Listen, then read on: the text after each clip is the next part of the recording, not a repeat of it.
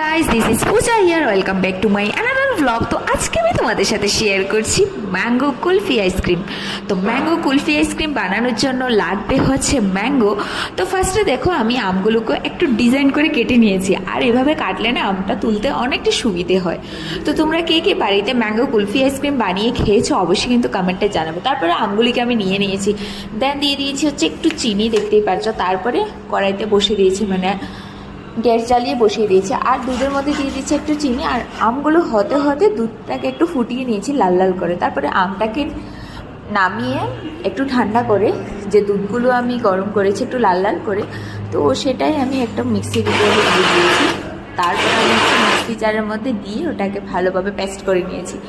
দেন আমার কাছে ছিল হচ্ছে কতগুলো আইসক্রিমের ডাব্বা, তো সেগুলির মধ্যে আমি দিয়ে দিয়েছি। আর তারপরে দিয়ে দিয়েছি হচ্ছে স্পুন, আইসক্রিম স্পুন। তোমরা যদি চাও এটাকে কিছুক্ষণ পরে লস্যি হিসাবে খেতে পারো, খুব দারুণ দারুণ দারুণ টেস্ট। তারপরে হচ্ছে আমি এগুলি সবগুলোকে ডিপ ফ্রিজে রেখে দিয়েছি, আর হচ্ছে টিস্যু পেপার মুড়িয়ে রেখেছি যাতে উপর থেকে কিছু না পড়ে।